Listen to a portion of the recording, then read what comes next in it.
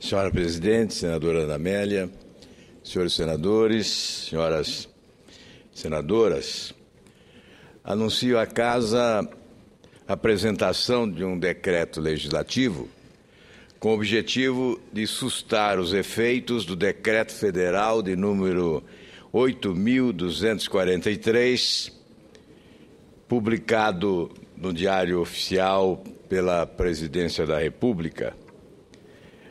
Nós sabemos que a instituição Poder Legislativo é essencial ao Estado de Direito democrático. Nela estão fincados os alicerces básicos da democracia.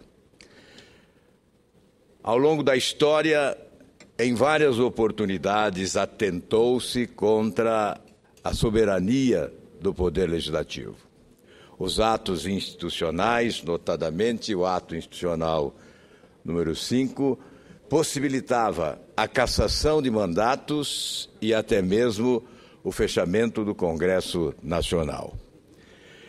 O Decreto 8.243 não impõe cassação de mandatos, não propõe o fechamento do Congresso, mas deseja um Congresso Nacional da ficção, Congresso Nacional para a encenação, para a homologação, a convalidação dos atos emanados do Poder Executivo. Uma espécie de almoxarifado à disposição de quem governa o país.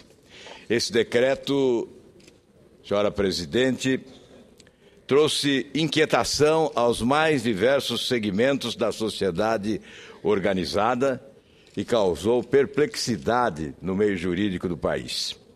O jurista Hélio Bicudo, por exemplo, ex-presidente da Comissão Interamericana de Direitos Humanos, foi taxativo ao afirmar que esse decreto enfraquece a democracia.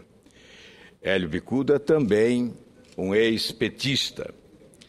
Com a proposta de fortalecer e articular os mecanismos e as instâncias democráticas de diálogo e a atuação conjunta entre a administração pública federal e a sociedade civil, a Presidente criou o Programa Nacional de Participação Social. No tocante aos conselhos populares criados pelo decreto, o jurista Hélio Bicudo ressalta que esses conselhos não podem ter poder de decisão. E prossegue afirmando: esse decreto só enfraquece o Poder Legislativo e pode até engessar decisões importantes do governo e relevantes para a sociedade. O professor de Administração Pública da Universidade de Brasília, José Matias Pereira, afirmou que o decreto é uma atitude arrogante e autoritária do governo. Ele acredita que o PT promove um movimento de enfraquecimento das instituições ao atacar o Poder Judiciário e o Ministério Público, por exemplo. E lembrou que pode haver um aparelhamento, já que o PT e outros partidos controlam as principais estruturas sociais, como os sindicatos. A aplicação desse decreto seria um retrocesso para a democracia brasileira e leva a uma sentença de morte ao Poder Legislativo como caixa de ressonância da sociedade. Para o jurista de respeitabilidade ímpar, jurista Carlos Veloso, ex-presidente do Supremo Tribunal Federal, há risco de enfraquecimento do Poder Legislativo como fórum de representação da sociedade e de discussão de grandes temas, além do engessamento das decisões do governo. Um tema polêmico pode demorar devido à exigência de se ouvir diversos representantes da sociedade, exemplifica. Isso é um exagero, e utilizar decreto é exagero demais. Acredito que essa discussão só poderia ser feita por lei ou até por meio da Constituição. A Constituição estabelece os casos em que pode haver consulta popular. E isso acaba deixando o Legislativo no corner, destacou Carlos Veloso. É inegável que, ao assinar esse decreto, a Presidente da República decreta a falência do Poder Legislativo Federal e o sucateamento total e absoluto do Congresso Nacional. Sua Excelência, por meio desta proposta, ratifica o desrespeito permanente que dedica ao Parlamento, como faz rotineiramente, com a edição desenfreada de medidas provisórias e a dominação da pauta do Congresso Nacional. O famigerado decreto, como bem explicitou o editorial do jornal Estado de São Paulo, é um conjunto de barbaridades jurídicas que se assenta no mais puro oportunismo, aproveitando os ventos do momento para impor velhas pretensões do PT, sempre rejeitadas pela nação, a respeito do que membros desse partido entendem que deva ser uma democracia. Ao fixar como objetivo consolidar a participação social como método de governo, a Presidente ignora que a participação social numa democracia se vertebra por intermédio de seus representantes no Parlamento legitimamente eleitos. As vulnerabilidades do decreto da Presidente Dilma são ostensivas. A primeira delas refere-se ao risco da burocratização da participação popular, a fiscalização por parte do cidadão, a abertura da máquina governamental para ouvir as críticas e considerá-las na correção de rumos e até mesmo na premiação ou punição de funcionários é sempre desejável. Porém, esse tipo de participação ocorre em torno de demandas específicas da população, atendidas por políticas igualmente específicas. O lugar de instâncias nacionais de caráter geral deveria ser secundário em relação a instâncias locais de caráter específico. Queremos participação e fiscalização do cidadão em primeiro lugar, sobre a delegacia, o posto de saúde, as escolas e o transporte público do seu bairro. Num segundo lugar distante, estaria como prioridade sua participação nas conferências nacionais e outros instrumentos do mesmo tipo. A segunda crítica refere-se ao risco da participação popular ou da partidarização da participação popular. A sociedade organizada é plural, organiza-se em torno de reivindicações que poucas vezes refletem a diversidade partidária. Para ser mais preciso, sua eficácia como mobilizadora depende em grande parte da sua autonomia em relação às divergências partidárias, principalmente entre governo e oposição.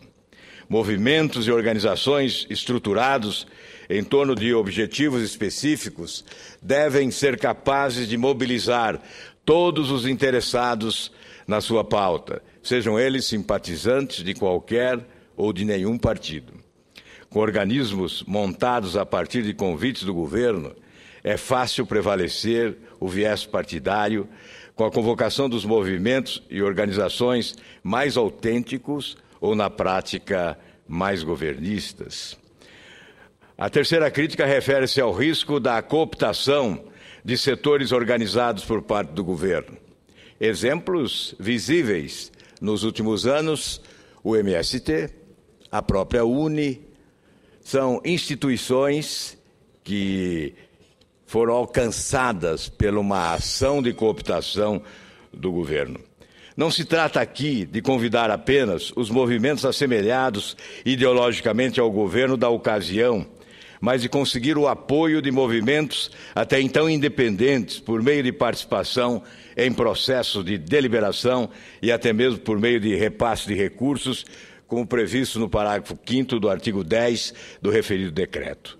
Não é necessário lembrar que a cooptação mata a autonomia desses movimentos, retirando com isso a sua razão de ser. Em suma, senhora Presidente, a Política Nacional de Participação Social é mais uma forma de subverter a ordem democrática, de usurpar o papel das nossas instituições e de impor vontades a qualquer custo.